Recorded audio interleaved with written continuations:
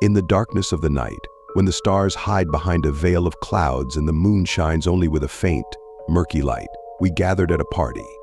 The house stood on the outskirts of town, surrounded by old trees, like guardians of forgotten secrets. The invitation to this party sounded like an invitation to the edge of the world, to the unknown. We gathered in a cramped hall, illuminated only by ancient candles, and celebrated, forgetting about the worldly hustle. Music blared, drinks flowed like a river, and laughter echoed off the walls. But among us was one whose gaze sparkled with a strange fire, as if inviting to forbidden knowledge.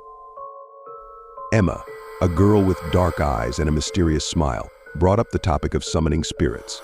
Her suggestion hung in the air like a shadow, and we felt a frightening excitement enveloping us.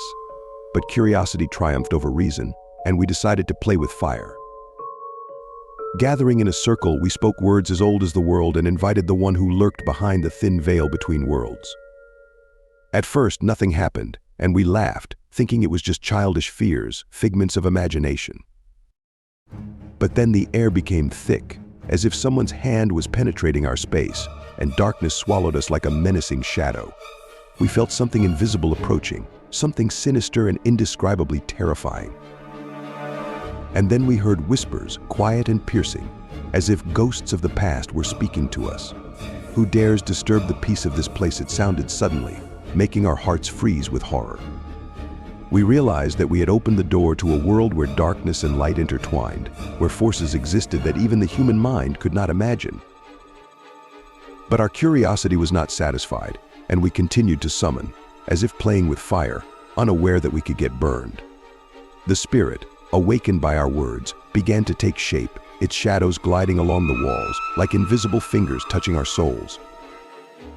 We realized that something had gone wrong, that we had lost control of the power that now controlled us. We screamed, trying to stop, but it was too late. The door between worlds was open, and the ominous guest had entered our world, like an uninvited and unstoppable ghost.